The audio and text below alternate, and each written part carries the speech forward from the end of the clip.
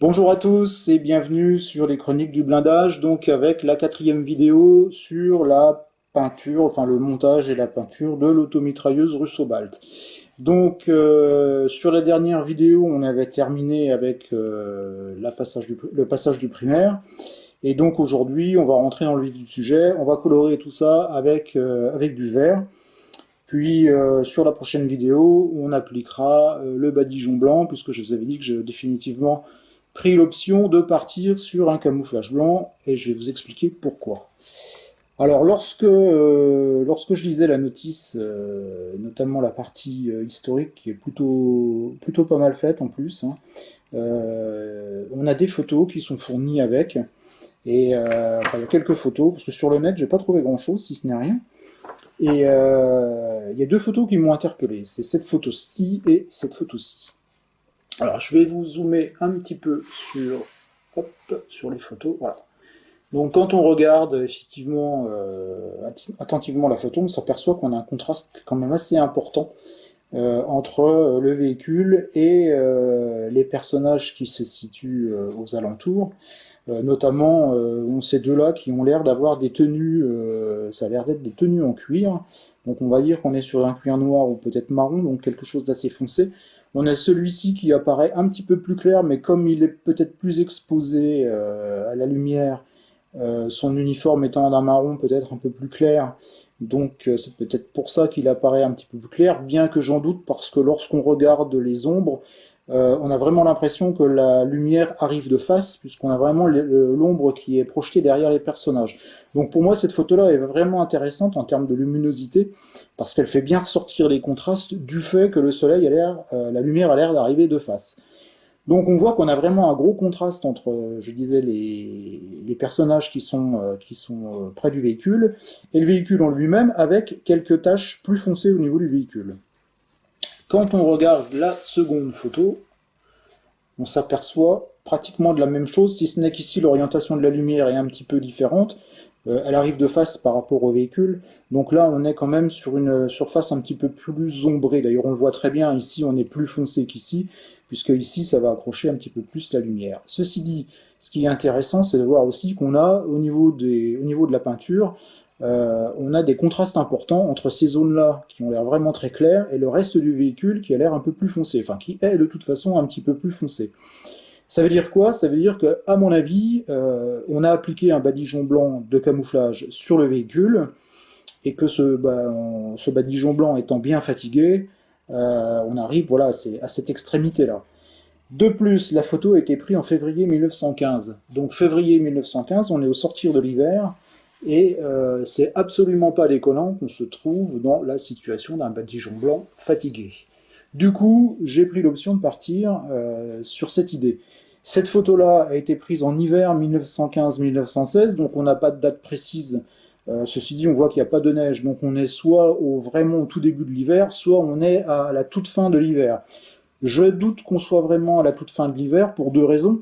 La première, c'est que si badigeon blanc il y a eu d'appliquer, notamment pour peut-être la tombée des premières neiges, le badigeon est encore en relativement bon état.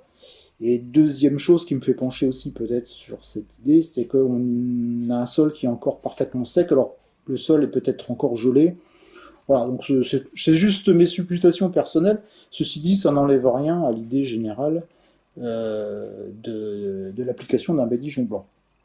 Voilà, donc ça c'est pour la partie idée de peinture. Ensuite, on va passer à la teinte verte. Donc si je regarde au niveau de la notice, donc ici j'ai les couleurs à appliquer sur le modèle. Donc le châssis est noir, donc comme il est déjà noir pour l'instant, on va le laisser tel quel. Le fabricant préconise de peindre les roues aux couleurs bois, notamment pour les rayons.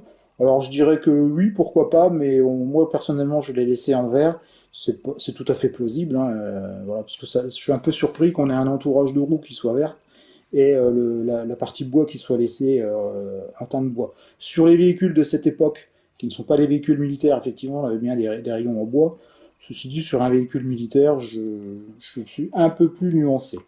Donc voilà, ça n'a pas vraiment d'intérêt, de toute façon on va pas voir grand chose. La mitrailleuse, donc la partie canon de la mitrailleuse refroidisseur, donc elle, a priori, il a un verre un petit peu plus soutenu. Et donc si j'arrive à l'unique profil fourni au niveau de la notice, donc là on est sur un verre avec quelques nuances de verre plus soutenu, notamment ici, et donc comme je viens de le dire, sur les canons de mitrailleuse. Voilà, ça c'est ma démarche de peinture, donc c'est à peu près ce que je fais à chaque fois que je peins une maquette, je regarde un peu les photos, etc., etc. J'essaye de voir un petit peu ce qui est le plus plausible et le plus logique. Alors c'est d'autant plus passionnant pour un véhicule comme ça. Il n'y a pas beaucoup de documentation, donc ça laisse quand même un petit peu de latitude côté interprétation. Donc, côté peinture cette fois, qu'est-ce que on va bien pouvoir utiliser? Alors, j'abats mes cartes pour la peinture. Alors ça, ce sont des petites cartes que je fais régulièrement avec les différents produits que j'utilise, alors peinture ou produits de vieillissement ou je sais pas quoi, tout ce qu'on veut. C'est des échantillons que je me fais un petit peu pour avoir visuellement quelque chose de mieux que simplement ce qu'on voit au travers le pot, qui est pas toujours, voilà, ce qui est pas toujours évident, ou lorsque je réfléchis un petit peu sur ce que je pourrais utiliser comme peinture, et ben voilà, je prends mes cartes, je commence déjà à dégrossir le truc. Donc j'avais déjà fait un peu le travail en amont, hein, je vais pas phosphorer 2 heures ici, ça n'aurait aucun intérêt. Alors ce que je fais, c'est que je vais utiliser deux types de peintures différents, deux teintes différentes, deux tonalités différentes. On va rester dans du vert, bien entendu, mais moi j'utilise quand je peins toujours deux tonalités, voire trois tonalités, voire quatre tonalités dans les cas exceptionnels. Je ne parle pas des camouflages, je parle uniquement au niveau des aplats de couleurs. Alors ici, étant donné qu'on va avoir un bec Dijon blanc, ça sert à rien de trop nuancer la couleur aussi, parce que de toute façon, au final, l'œil va interpréter quelque chose, il va mélanger tout ça, et il va pas forcément distinguer les nuances de couleur dans le verre. Donc c'est pas la peine d'aller non plus trop se casser la tête à vouloir créer des effets trop compliqués. Pour la partie foncée, donc je vais prendre ce que j'ai pratiquement de plus foncé au niveau de la Mission Model, donc on va partir sur de la 0,53, qui me paraît plutôt pas mal. J'avais le choix entre la 0,32 et la 0,53, mais j'ai trouvé que la 0,32 tirait un petit peu trop sur le noir. Alors étant donné qu'on va déjà être sur une base noire, on risque d'avoir quelque chose de vraiment très foncé, donc je vais plutôt partir sur la 0,53. Ensuite, donc je peux déjà de toute façon éliminer celle-ci qui tire trop sur le jaune, et donc il me restait la 0,18 et la double 0,4. J'ai hésité vraiment entre les deux, et finalement mon choix s'est porté sur la 0,18, pardon, tout simplement parce que j'ai trouvé que la 0,18 avait un petit côté plus punchy que la double 0,4 qui, je trouve un petit peu plus fadasse. Bon, alors ça, c'est uniquement une interprétation qui m'est tout à fait personnelle. Hein. On va être à 10 à réfléchir au truc et on sera 10 à avoir un avis différent. Là-dessus, j'ai bien conscience. Voilà, donc aujourd'hui, on attaque la partie peinture verte, aérographe. Et donc, je fais un petit peu de place, et c'est parti. Hop, alors si vous voyez un bras qui passe devant l'objectif, c'est le mien, hein, vous étonnez pas, c'est parce que j'ai pas beaucoup de place, mais on va quand même y arriver. Alors je vais mettre un petit morceau de papier absorbant, parce que j'aime bien, pour la peinture, mettre du papier absorbant, je trouve que ça capte mieux le lait de peinture. D'habitude, je peins dans une cabine à peinture, mais ici, pour les besoins de la vidéo, j'ai été obligé de m'adapter, donc je m'adapte. Alors, au niveau aérographe, je vais utiliser un évolution CR+.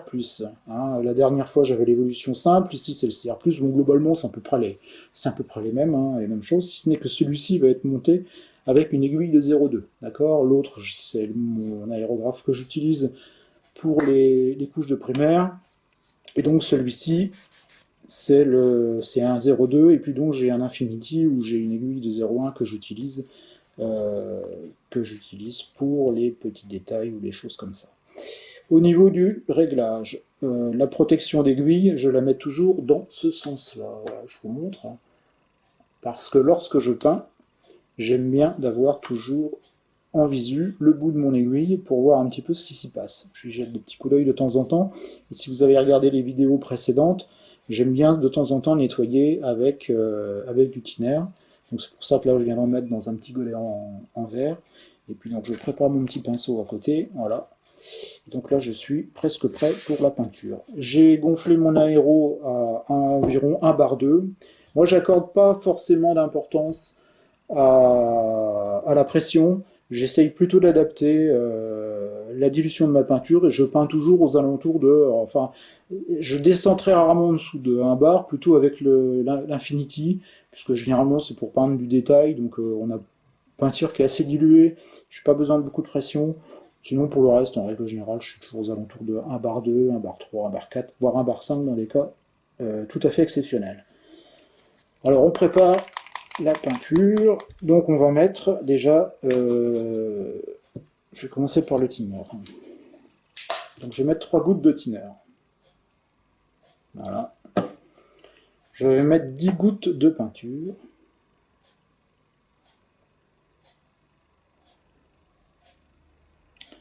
Et je vais mettre 2 gouttes de polyuréthane. Voilà. Je mélange.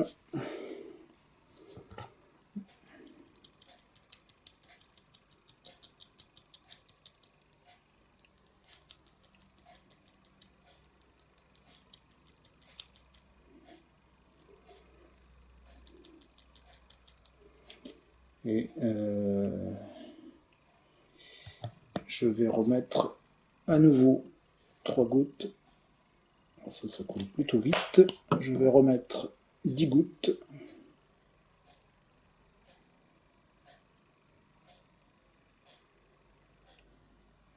Et 10.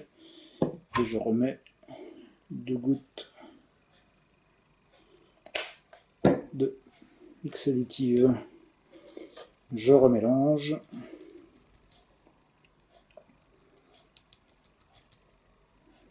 Donc là, je suis avec le 0,53, hein, d'accord, c'est du Elgrun RLM 82. Donc c'est pas quelque chose d'extrêmement foncé, mais avec la base noire, je voulais pas non plus, comme je disais tout à l'heure, partir avec quelque chose de trop foncé. Alors,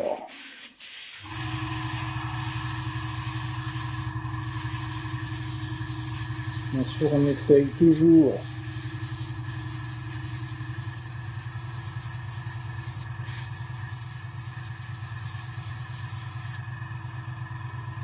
donc ça a l'air de plutôt bien se passer.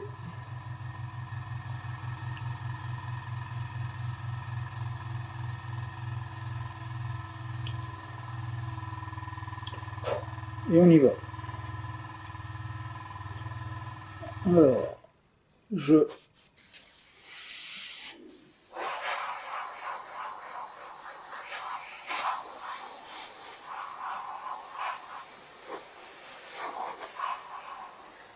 donc encore une fois, là, je ne cherche pas à couvrir. Hein, pour l'instant, j'applique ma peinture en me concentrant donc sur les parties carrosserie. Donc j'ai pas mis de cache, hein, c'est pas la peine. Donc comme j'ai une aiguille assez fine, j'ai quand même pas mal de précision. Et donc là, je peux tout de suite voir que l'effet obtenu est plutôt pas mal. On est plutôt dans ce que je cherchais.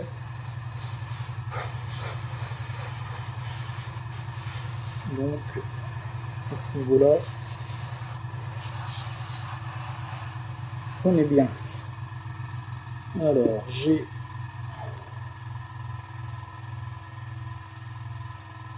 hop, un petit peu de poussière, j'enlève ça.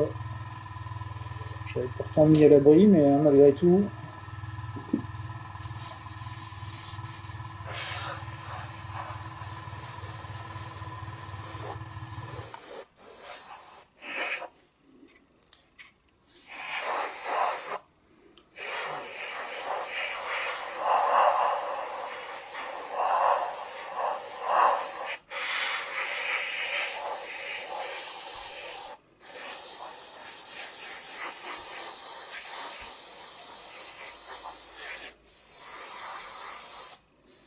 Alors pour l'instant, je peins sans me soucier de la couche qui va arriver après. Hein. Je vais zoomer un petit peu parce que peur que le plan soit un peu trop large. Tac.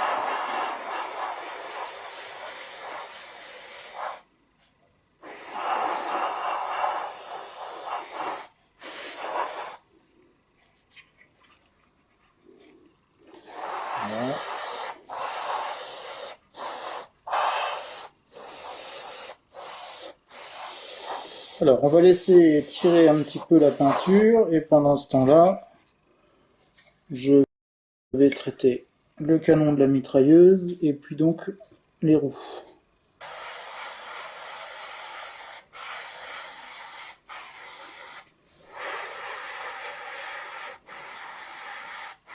Ça peut vous mettre une petite musique de fond, hein, mais en musique de fond, vous avez le bruit de l'aéro, et le bruit du compresseur.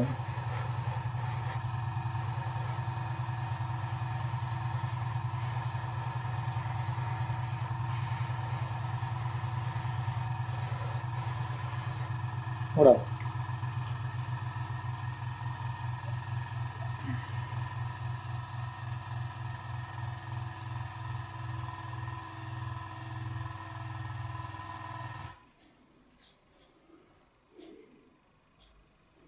Alors, je vais élargir un petit peu le plan. Hop, voilà. Donc, côté roue, on est plutôt pas mal. Donc, je vais laisser pour l'instant comme ça. Je reviendrai dessus tout à l'heure avec une peinture, la peinture légèrement plus claire. Côté carrosserie, donc vous voyez que en séchant, le vert qui était voilà plutôt comme on le voit ici sur le dessus, donc là est quand même plutôt foncé, hein, ça c'est quand même pas mal foncé, tout simplement parce qu'effectivement donc en séchant la peinture devient moins opaque pardon, et donc elle a tendance à se foncer sur la base noire. Alors on va recommencer. Allez, on y va. Donc cette fois, je vais me concentrer sur chaque panneau, parce que c'est la touche finale.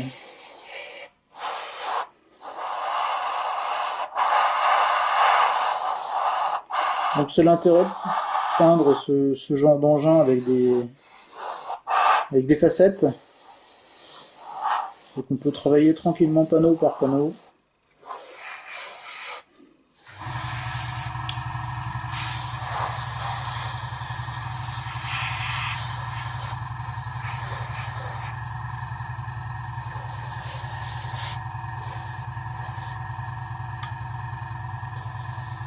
Alors...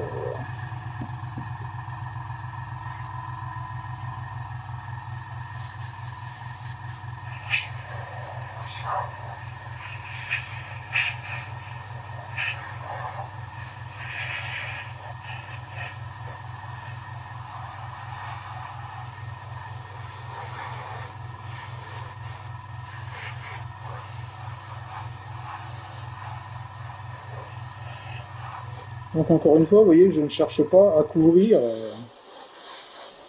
définitivement. Hein,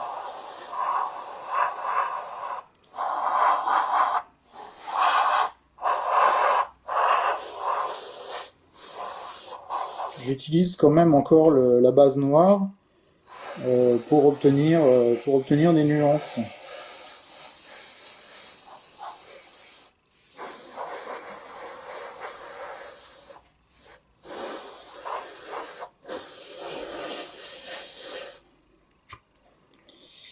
Voilà, donc on est...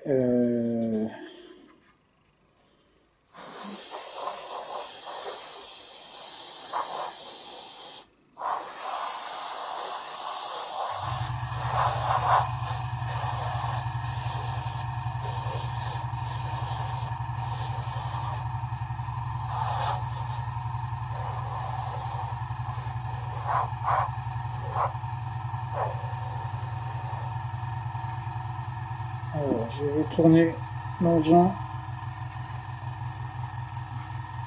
Hop. Pas évident, hein. Pas évident, mais on y arrive.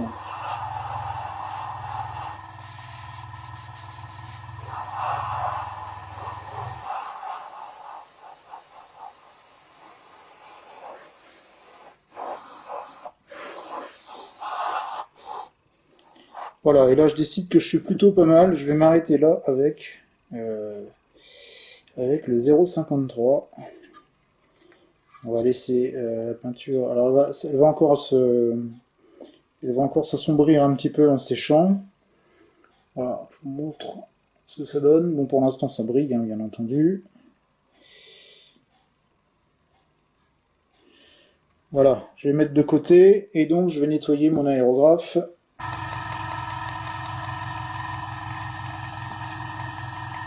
Alors là, je vais mettre 5 gouttes de thinner et 10 gouttes de peinture.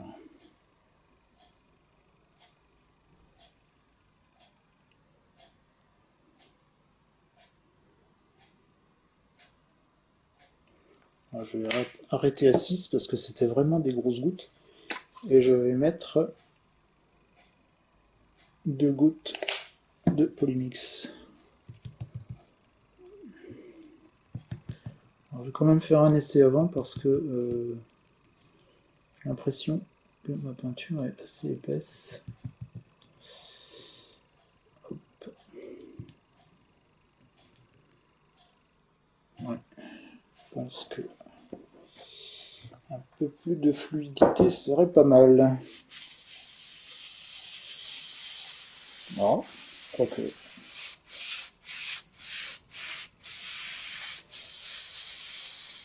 Bon, finalement, je suis pas mal. Allez, un petit nettoyage de la pointe et on y va. Alors donc là, je vais travailler en priorité les zones qui se situent sur le haut du véhicule.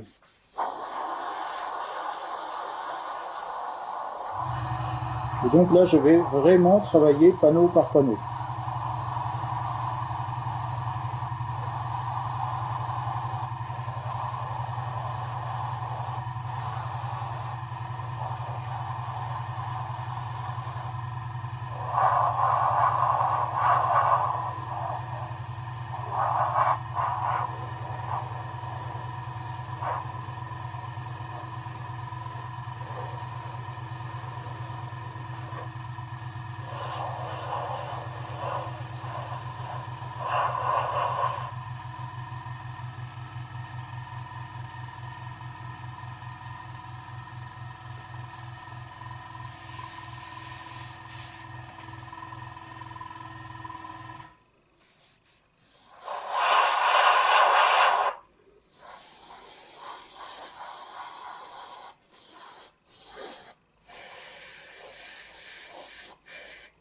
Donc je travaille avec un jet assez large, hein. Je n'ai pas besoin d'obtenir quelque chose de trop précis, l'important. Les panneaux de toute façon sont suffisamment larges comme ça.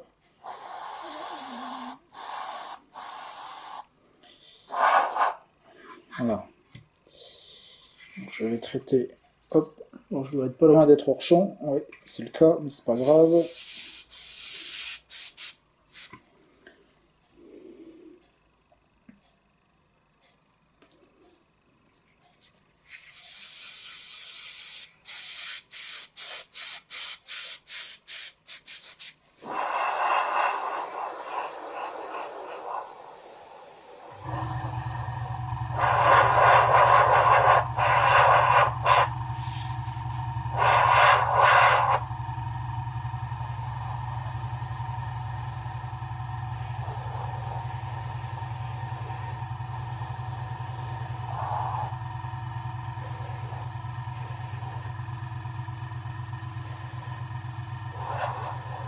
J'aime bien toujours regarder ce que je fais sur une face pour rester en adéquation avec ce que je fais sur l'autre face.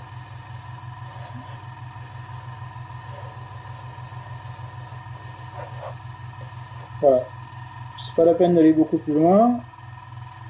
Je vais mettre de côté, je vais laisser un petit peu sécher.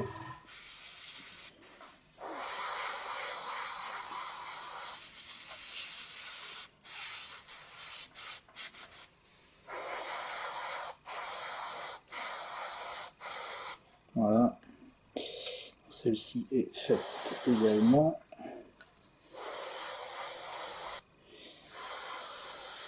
Et ça c'est ok. Le temps que j'y suis, je retouche un petit peu. Hop.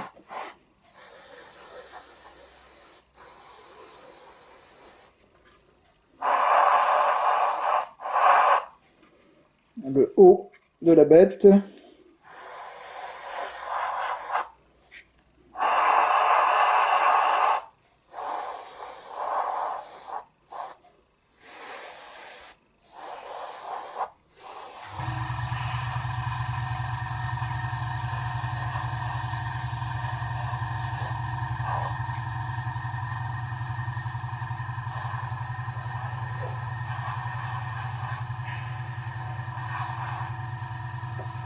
Je donne une dernière fois des nuances différentes sur les panneaux, les écoutilles.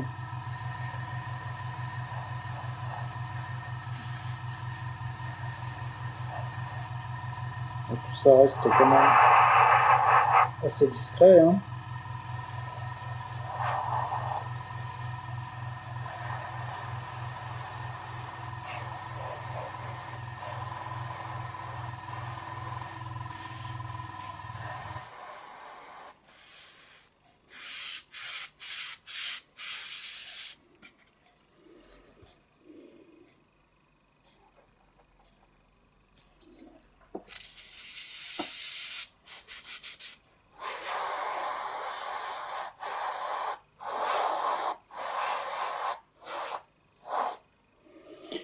Voilà, bah, je vais m'arrêter là.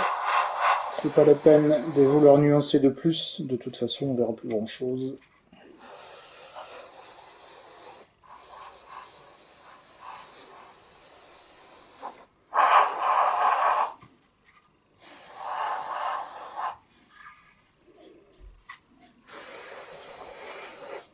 Voilà. Je vérifie une dernière fois mes jantes, c'est ok. Voilà, donc c'est terminé pour la couche de base.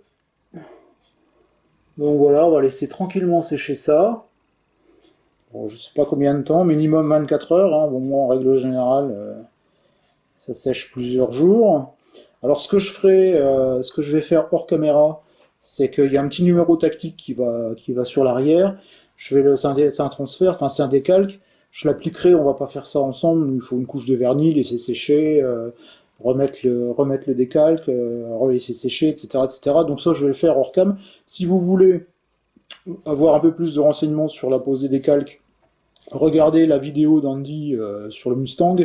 Quand il a sur la vidéo déposé des calques, de toute façon il n'y a pas de secret, hein, ça sera fait, je fais exactement comme la technique d'Andy, donc avec les décalques pris en sandwich entre deux couches de vernis brillant. Voilà, donc lorsqu'on démarrera la prochaine vidéo, les décalques seront posés, enfin le décalque sera posé, puisqu'il n'y a pas grand chose en termes de décalque à poser, et puis donc on attaquera, on va faire ensemble le badigeon blanc. Voilà. Sur ce, je vous dis à très bientôt sur les chroniques du blindage.